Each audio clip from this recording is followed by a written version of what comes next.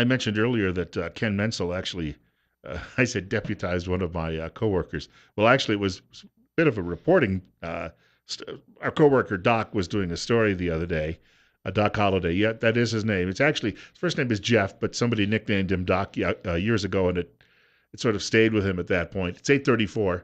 Bill Colley with you as well on Top Story on News Radio 1310 KLIX and newsradio1310.com. 63 right now, on our way up close to 90 before the day is over. Speaking of heat, I mean, my gosh, we were just talking off air. The two of you were out on patrol the other day. He We was there were. with a camera taking pictures. And Route 93, I said, must be like Mad Max territory. It gets crazy out there, especially the further south you go. I think uh, you see a lot of people driving out there that just don't expect to see law enforcement. Uh, 3, 4, 5 miles north of Nevada, 40 miles south of Twin Falls, it's pretty desolate country out there. Just open desert, and It they is. feel that it's a straightaway. They can just go as fast as they like. Yeah, we've seen just ridiculous amounts of speeds, and when the doc went out with us earlier this week, we saw two cars passing a group of RVs that were traveling at the posted speed limit, which is 65 miles an hour out there. And these two guys, one out of Virginia and one out of Pennsylvania, decided that 91 was probably a safe speed to pass these RVs that were traveling 65. And they found out differently, but Doc kind of realized how quick you have to get turned around and how fast you actually have to go to catch up to somebody going 91. To catch up to somebody going 91, you have to go a lot faster than 91. And I don't think that people realize that the danger that kind of puts us in and the other motoring public when we try to stop somebody and enforce speed limit laws when people are going at those speeds. And you've got some people out there, and some of the more modern sports cars. I mean, they may not have the big old Hemis that we were familiar with when we were kids, but Right. still, these things, because of fuel injection and just changes in technology, they can really motor. Some of these people can probably hit speeds if they wanted to of 130 miles per hour. Oh, absolutely. And you see, it's not uncommon. One of the cars that we stopped, the one out of Pennsylvania, was just your run-of-the-mill Toyota Camry. But 90, 100 miles an hour in a Camry is nothing for these cars nowadays. They go pretty quick, and uh, that's what these guys were doing. They didn't realize that Idaho's an absolute speed state. So if the speed limit says 65, it's 65, and you can't go 66 or 67 to pass somebody, especially if they're doing the speed limit. And these guys that were stopped, they were just absolutely amazed that, well, I was passing, so I should be able to speed to pass, right? And the answer to that is no. It's an absolute speed state. My dad used to tell me that limit means limit. He That's said you right. can drive beneath it, but you're not supposed to drive above it. Right. And 91's a little ridiculous to pass somebody in a 65 mile per hour zone. I'd And say so. and even though, you look down south there, southern Idaho, northern Nevada, and people think, what's the worst that's going to happen, not realizing that there's a lot of free range out there. 91 miles an hour against the side of a big beef cow, your car is not going to fare so well. Or an antelope or an elk or whatever wildlife happens to be crossing the road. That's one of the biggest catastrophes that we see down there with regards to crashes, other than vehicle versus vehicle, is the wildlife that cross the roadways down there and end up wiping out somebody's vehicle and Right, you killing don't see somebody. it too as they jump You out of the don't. sagebrush. That's right. Those antelope are pretty quick. Well, the other day I went to T&T Cafe for breakfast, and I had time before the parade in Kimberly, so I decided to drive out into the forest, and I took the drive down, the highway out into the Sawtooth. And as I was driving along, it struck me that you have cattle wandering in the road, Hmm. and I even saw a cat run across the road. But even if you get out into the forest, there's going to be a lot of game. And even as those roads are those winding, narrow canyon roads, and yet I was amazed by how fast, suddenly out of nowhere, someone would be on my bumper trying to Right. pass me. Well, you get south of 2900 North, which is Foothill Road, and you're headed up into the South Hills, and you've got those cattle grates. And once you cross those cattle grates, you're in open range. And we have responded to numerous crashes beyond those cattle grates because people are traveling quite quickly to get up there with their ATVs, their motorcycles, and whatnot, uh, skiing, and they hit the side of a beef cow, and it destroys the cattle and it destroys the vehicle. And at that point, you're surprised a lot of motorists think, well, the farmer's going to have to pay for my car. No, you have to pay for the farmer's cow because it's open range. It's not the farmer's fault. It's the vehicle that was traveling that hit the cow's fault. Last year when we had the moose that was hanging out in the cemetery a few blocks away from here, Right. again, if you come across something that size and you hit it, you're doing 91, you're dead. Absolutely. Yeah. That moose, if it doesn't just center punch the front of your car, is coming right through your window. That's a lot of weight to have in your lap. It is. Right. Reminds me of a couple of old girlfriends, but that's. And then the other thing, we were sitting there just in Twin over near Highway 30 in Grandview and watching people run stop signs. And I think Doc was pretty surprised to hear one of the drivers make the comment, well, I usually don't stop at the stop sign if I don't see vehicles coming. And that just goes towards the message we're trying to put out there of this is the 100 deadliest days. And it's that type of driving that we're seeing that, Yield versus stop, right? right, There's a difference. absolutely. Well, we want to thank you for coming by today. And as always, be safe out there. Thanks. Appreciate And it. everybody's, I think there's a more heightened sense of awareness about the job, obviously, that you're doing among the public. If there's any silver lining to what's happened recently, that might be it. Yep. We've got more on the way. Want to thank Ken Menzel from the Twin Falls County Sheriff's Department for dropping by today. It's 8:40 and 63. Changing plans, and of course, I'm allowed to do this because there's nobody here swinging a club at me. I asked Ken to stick around for a few more minutes. Ken Menzel from the Twin Falls County Sheriff's Department is in studio with us at News Radio 1310 KLIX and newsradio1310.com. And of course, if you have a question or comment for Ken too during the segment of the program, feel free to give us a call at 736-0300, 736-0300. There's a few other things that actually, it's a busy time of year for the Sheriff's Department that you wanted to Absolutely mention is. as well. And this Saturday at 9 a.m., it's the 16th of July, there's a free boating safety class at our training annex at 450 6th Avenue West. It's taught by Levi Meyer, one of our deputies that's in charge of the Marine Patrol program, and he'll be talking about safe boating operation and rules of the water. We've been seeing just an inundation of kayaks down at Centennial Park on the weekend. People will tell me that there's between 500 and 600 kayaks down there. Wow. And you get that many kayaks out there, and then you get your fishermen that come down who want to go up to Pillar Falls and do some sturgeon fishing or fish along the way. And they expect to be able to, once they get out of that no wake zone, power the boat up. And there's so many kayaks they can't do anything. Could almost walk across the river on the You kayaks. could absolutely, and you get a lot of frustration down there. We've heard that some of your power boaters are swamping kayaks because they're upset with not being able to get to where they're at. You get kayakers that don't know the rules of the waterway, and instead of sticking to the sides, they're from the side to the other side and everywhere in between. So this class, the free boater safety class that we're hosting, will hopefully garner some attention, and we can kind of get the word out there as to what the rules are with motorized vessels versus non-motorized, and try and keep people a little safer, especially with some of the things we're seeing down at Centennial Park. We have a caller with us, and caller, you're on the air with Ken Menzel. Yeah, well, I just wanted to call in and give a shout out to first responders. We had a fire in our backyard. Kind of a tough area to fight the other night over in Buell, and they saved the neighbor's field. We had several trucks there, more trucks than I knew we had in the rural area. Deputies come around, had us prepared to evacuate. I mean, it was taken care of right. I wanted to let our first responders, the firefighters, and the police, the sheriff's office know that, those of us in this area, we got your back. We sure appreciate you. Thank you so much. I want to thank you for the call as well. We've seen that.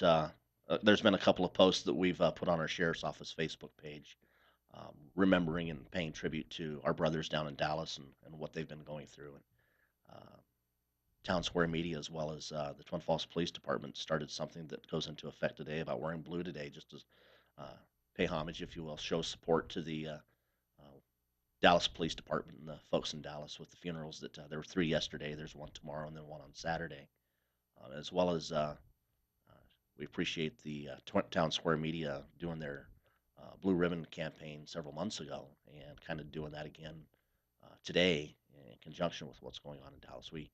We've had so many people respond to the sheriff's office Facebook page, showing us that, telling us that they've got our backs, kind of like what the caller just called in about, and telling us that they appreciate what we do. I was talking with my wife just the other night, and she was watching a video that was a tribute to the Dallas Police Department, and it showed actually some of the police officers that were shot and killed laying on the roadway while the event was occurring. And she looked at me. She goes, "I really wish that you'd find some other line of work." And I look at, I've got several children. My youngest is going to be a year next week, and I can't help but say that some of the things that she tells me uh, cause me to really ponder if perhaps now's the time to get out with everything that's going on. But this is something that I feel that's a calling, and it's something that I feel that after 16 years of doing it, I'm pretty good at. And it's taken me a while to get good at it, and I've worked in other lines of work, and I've never felt the satisfaction doing those types of things as I do with what I'm doing now. And it's because I get the chance to serve and help other people. Sure. I just don't know that I could walk away with from it, despite what we see going on. And we're blessed to be here in the Magic Valley and to have that support. It's a little bit of a different culture here. It is a very big different culture. Yeah, it's a really different culture here, and that's what makes it easy to continue on. We have another caller with us. Caller, you're on the air with Sergeant Menzel. Good morning, guys. Good morning. We was coming back from Reno Saturday afternoon, and we got to Wells, and was told that 93 northbound was closed, so we took the scenic view through Park Valley and that way. What exactly happened? Do you know? I know that there's been a lot of road construction down there, and that might have been part of it, as they've been doing a lot of um, laying down the black rubber snakes, if you will, to fill in the cracks and the holes down there. And at one point, when we went down there to Salmon Dam to do a little marine patrol, the road was shut down for actually probably 20 minutes while we waited for them to fill in some of those uh, rubber tar snakes they lay down, as I call them. Okay, well, we took the scenic route, which was not that scenic, but thank you. Right. It's long. I want to thank you for the call. That is a long trip. And we'll squeeze another caller in here. You're up next. It's 8:49. You're on the air on KLIX with Ken Menzel. Good morning, guys. Good morning. At Jefferson, Missouri, they were throwing bottles loaded with urine at the police. I used to go to bullfights in Mexico, and I saw a little girl. She got killed in front of me with a bottle. I wish the police departments around the United States make it a law that if you throw a bottle or any glass at a policeman, especially with urine that could have hepatitis and AIDS, that it be an intent to kill law. But the police departments should get together and pass a law that throwing glass is a lethal weapon. I was actually watching a YouTube video the other day down in California that showed a police officer driving through a area in California. I think it was down in LA, and there was a large conglomeration of people on a street corner, and the bottles started flying at the police car. And if that were to happen here, I think that most of us would stop and address the situation if we could. But this police officer was by himself and simply found the quickest exit route and chose to exit the situation and leave quickly instead of dealing with the issue. And I can't say as I blame him. Um, I You're not sure how close backup would be, and you really would need backup in that situation. Sure, absolutely. You've got multiple people throwing bottles at your car. That's a almost a lethal situation. Let's just point out this is from the Los Angeles Times. It's not just Dallas. Police officers have been killed across the country, and they're listing all of the shootings, killings, and also woundings of police officers that have taken place just since last Thursday. Right. We're now up to 26 police officers dead this year in the line of duty, just 18 compared to 18 last year. That's from the LA Times. Here's another one. Now, this comes from Crisis Magazine. Black Lives Matter is now going to be working with the Council on American Islamic Relations, which is promoting Black Lives Matter. Again, we don't necessarily have this culturally here. Right. So we're and then here's another one. It may well be that Micah Johnson was smoking amphetamine, on a regular basis, and that's why he was so paranoid. This comes from this morning's Washington Times. Again, there you go. The drug epidemic is another part of all of this. That it mentions here, this is Walter Williams writing at the Daily Signal. The primary victims of lawlessness are black people, which is often overlooked by most media. And then finally, the Christian Post, Richard Land with the Southern Baptist Convention saying, Martin Luther King said you shouldn't judge people by the color of their skin. He would not be taking part in this. You've got all of these people weighing in, and it seems that you still can't get the message across, though, to some people out there that what they're doing is wrong. And I only see it getting worse before it gets better. And I don't know what the medium is to try and find uh, ground that satisfies everybody. And and changes the direction that this is going in. I mean, I think we all have our opinions on what we'd like to see happen. I certainly have mine. This isn't a race issue. I think people who want to make it a race issue fail to look at the picture in totality. Uh, it's a bigger issue that I think perhaps that law enforcement kind of bears the burden of, but it's not particularly law enforcement. I think it's the justice system and how we deal with people who commit crimes. Uh, I wish I had a simple answer. I just don't. On a couple of other points this morning, we want to at least get to these two as well. We've got about 5 minutes to go. It's coming up on 8:53. Ken Menzel from the Twin Falls County Sheriff's Department in studio with us on News Radio 1310, KLIX, newsradio1310.com at 65. Bill Colley with you as well on Top Story. We were talking helmets briefly Yep. during the break, and you wanted to mention something about that. We actually had a crash earlier this week west of here out towards the Castle Ford that's garnered quite a bit of attention in the media as well. Um, it's falls right in line with we continue to beat the tambourine. It's the 100 deadliest days, whether it's in a car, whether it's on a motorcycle, whether it's on your ATV. There was some confusion. Somebody asked, well, you don't have to wear a helmet after you're 16. You have to wear a helmet up until your 18th birthday. But it's advisable to always wear a helmet. The two juveniles that were injured weren't wearing helmets, and it could have turned out a lot differently than it did had those helmets been on. We get in a hurry. We think of rushing from point A to point B. We've been on the four wheeler a million times and nothing's ever happened. And you just never know when something's going to dart out in front of you, when your inattention is going to turn, as was the case with this incident. The young man driving the four wheeler simply looked over his shoulder to check on the location of the other person that was traveling on a different four wheeler with them, drifted off the side of the roadway and hit a power pole. Um, those kind of freak things happen. We get that and we understand that. Just really pay attention to what you're doing and think twice before you do it. That split second, too. I mean, And it was just a split second. You're right. Just a moment of time. I want to point out, if you'd like to reach Ken in his last couple of minutes with us this morning, 736-0300, 736-0300. And we were talking a little bit about water safety earlier and just the congestion out there. You'll be doing some special patrols this afternoon. Absolutely. It's interesting. You have Kelton Hatch coming on later. One of Kelton's friends, Jim Sterling, and I are going to go out on the boat as soon as we're done taking care of a couple of other things here. I'll be checking for boat safety, and Kelton will be checking, or Jim will be checking for fishing licenses and 2 poles, 1 pole, things of that nature. So we're going to kind of join forces this afternoon and go out and see what's happening on the water. I was going to say when it comes to, of course, some of the regulations on boating, it used to be when I was a kid, certain age groups had to always have the life vest on. Yeah. And even if you're an adult, that's still a good idea to have one. Under 15, you have to have the life jacket on all the time, unless the boat is anchored or it's at the dock.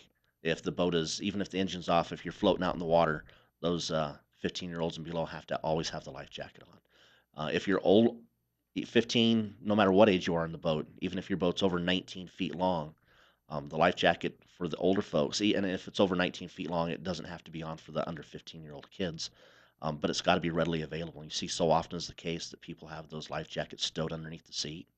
That's not readily available. If the boat goes to flip over, you're not going to get into the seat and grab the life jacket before you get pitched overboard. It's got to be close by within arm's reach so that you at least have a chance to grab onto something. Right, right. We're checking for fire extinguishers to make sure that they haven't discharged or they're in good working condition. And then we're just checking the overall appearance of your boat. For an inboard, outboard, is that spark arrestor clean? Is the ventilation system for the fuel in good working order? Is the blower motor working? Is your boat registered? At this time of year, it's so interesting to see that there's people who still have a boat that it was last registered in 2012. Come on, we're a couple years ahead of that. Let's get that thing registered. Registration on boats is important because those monies go to fund the ability to go out and do marine patrol so that we can check on the safety of those folks out there having a good time. But it also pays for things like docks and ramps and upkeep and things like that. I just remember, and I must have been running with the Angels when I was 11, 12 years old, and I would take, my dad bought my brother and I both fishing boats. And if he wasn't around, I'd often go out fishing, and water was about 60 feet deep, just not very far off our break wall. Sure. And I'd go out some days fishing without my my life jacket. And if he'd been there, I would have been wearing it. But some days he was already off to work. And I look back on that now, and that rickety old wooden fishing boat I had, what a foolish thing that was to do. Yeah, yesterday we saw a group of people out on the Twin Falls Dam um, fishing with bows and arrows, and standing on the bow of the boat with their bow and arrow trying to spear a carp, and they didn't have life jackets on, and the individual was old enough that he didn't need one on, but I can only imagine standing on the bow of the boat and trying to aim with a bow and arrow. It wouldn't take much to lose your balance and slide right in. If you're not Michael Phelps or Mark Spitz, you probably should wear one of these I would things. say so. Yes. Ken Menzel, thank you for spending a little extra time with us today. Appreciate it, Bill. Thanks. And Kelton Hatch coming up next from Idaho Fish and Game after 9 o'clock news, right here on News Radio 1310 KLIX and newsradio1310.com. 65 right now, on our way into the upper 80s before the end of the day.